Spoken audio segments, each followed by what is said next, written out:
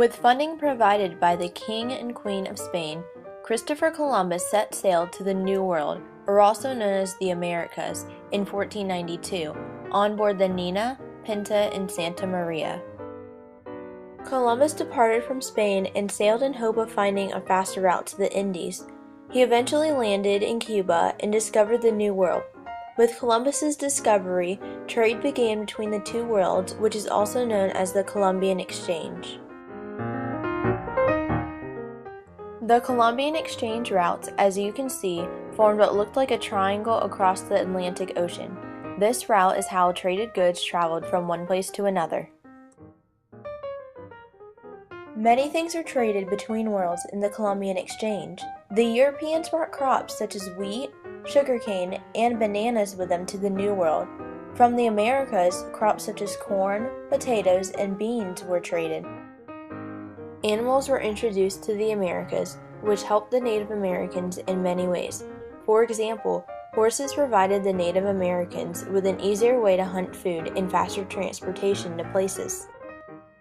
The Europeans also brought diseases to the New World, such as malaria and smallpox.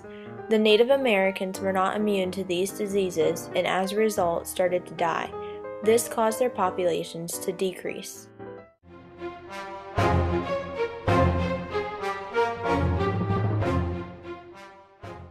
The native population was impacted dramatically with diseases carried from the Europeans.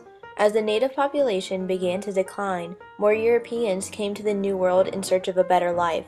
Eventually, the natives were outnumbered by Europeans. Many events occurred because of the Columbian Exchange. In Europe, the prices and trade rose quickly, or what is also known as an inflation occurred.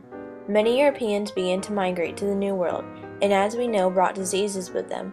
Because of the boosting economy, slaves were brought to the Americas to work the new land. This provided faster work and more trade to occur, but on the downside, the Atlantic slave trade was also started. The Atlantic slave trade occurred when Europe was in high demand of crops. In the Americas, work was needed to meet the rising demand. Slaves were brought from Africa for labor on plantations.